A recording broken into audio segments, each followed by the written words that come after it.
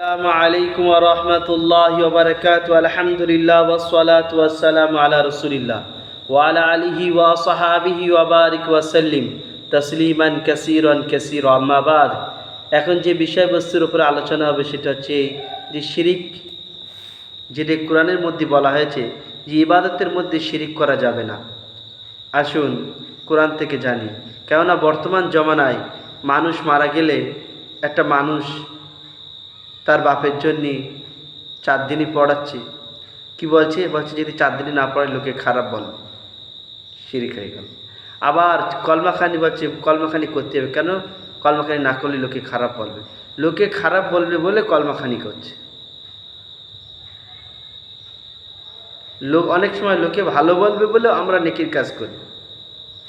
নেকির কাজ করতে হবে শুধুমাত্র আল্লাহ তাআলার সন্তুষ্টের জন্য। এছাড়া যদি আমাদের অন্য কোনো নিয়ত হয় তাহলে কিন্তু তার কোনো নেকি পাওয়া যাবে না। আসুন কোরআন ও হাদিস থেকে জানি। আউযু বিল্লাহি মিনাশ শাইতানির রাজীম।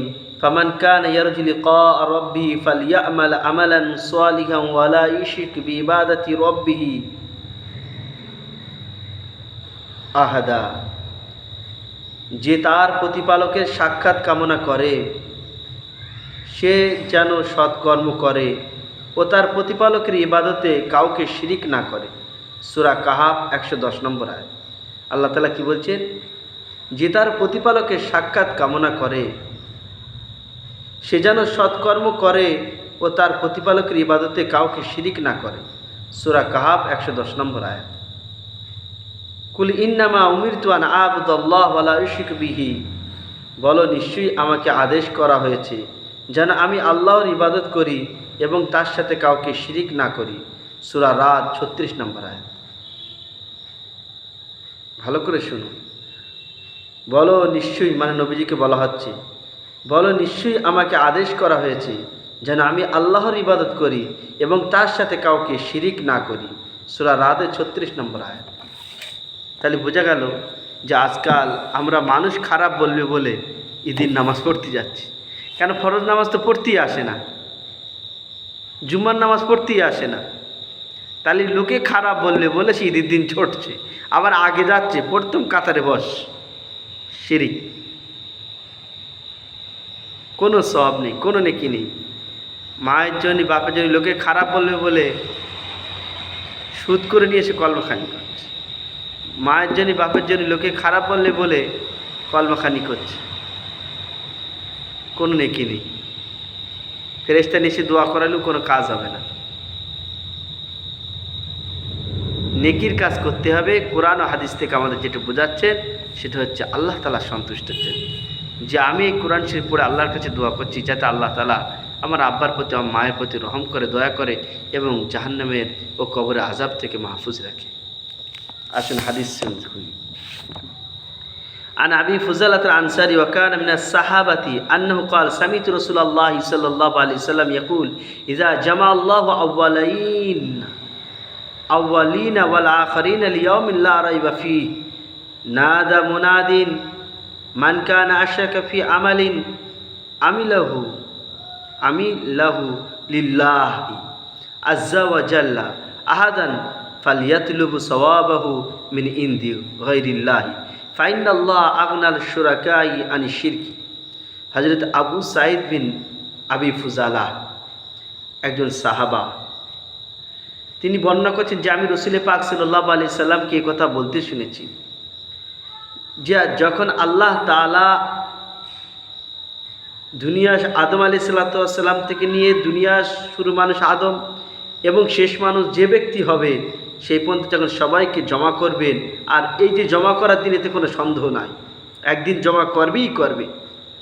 তো ওই যেই দিন জমা করবে সেই দিন আল্লাহ তরফ থেকে একজন অ্যালাউন্স করবে। কি অ্যালাউন্স করবে? যে ব্যক্তি কোনো নেকির কাজ, কোনো আমল করেছে আর তাতে আল্লাহকে শিরিক করেছে, সংযুক্ত করেছে, নেকির কাজে আল্লাহ ছাড়া অন্য কাউকে রাজি খুশির অন্য কাউকে শিরিক করেছে, তাহলে অংশীদার করেছে। যেরকম আমি নামাজ পড়ছি আর বুঝতে পেরেছি একটা বড় লোক এসছে, নামাজটা আরও সুন্দর করছে। তো এই আগে নামাজ পড়ছিলাম আল্লাহ তাআলার জন্যে, এখন এই বড় লোকটা এসে বলে ওনাকেও শরিক করে নিলাম। বা আমি দান করছি,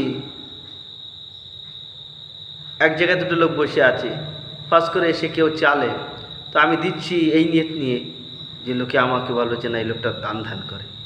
তো এই সংযুক্ত হয়ে গেল। দান করতে হবে কার জন্য? আল্লাহ তাআলা সন্তুষ্টের জন্য। আমি যদি লোক জুড়ে দিয়েছি,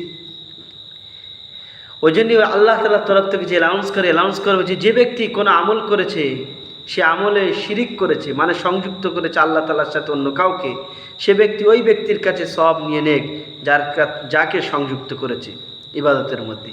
কারণ আল্লাহ তাআলা শিরিক থেকে বেজার, আল্লাহ তাআলার কোনো সংযুক্ত নেই, আল্লাহ তাআলা শিরিক মুক্ত, তিনি হচ্ছেন সামাদ। ওই জন্য ভাইরা আমার, আমাদের এই বিষয়ে সচেতন হতে হবে। এখন বর্তমান জমানায় যা কিছু চলছে, মানুষ ভালো বলবে বলে, মানুষ খারাপ বলবে বলে করছে দুটো। মানুষ ভালো বলবে বলে হয় এই চাপে পড়ে এইতে গর্বতে হয়ে করছি, আর নাহলে মানুষ খারাপ বলবে বলে ওই চাপে পড়ে নেকির কাজ করছি।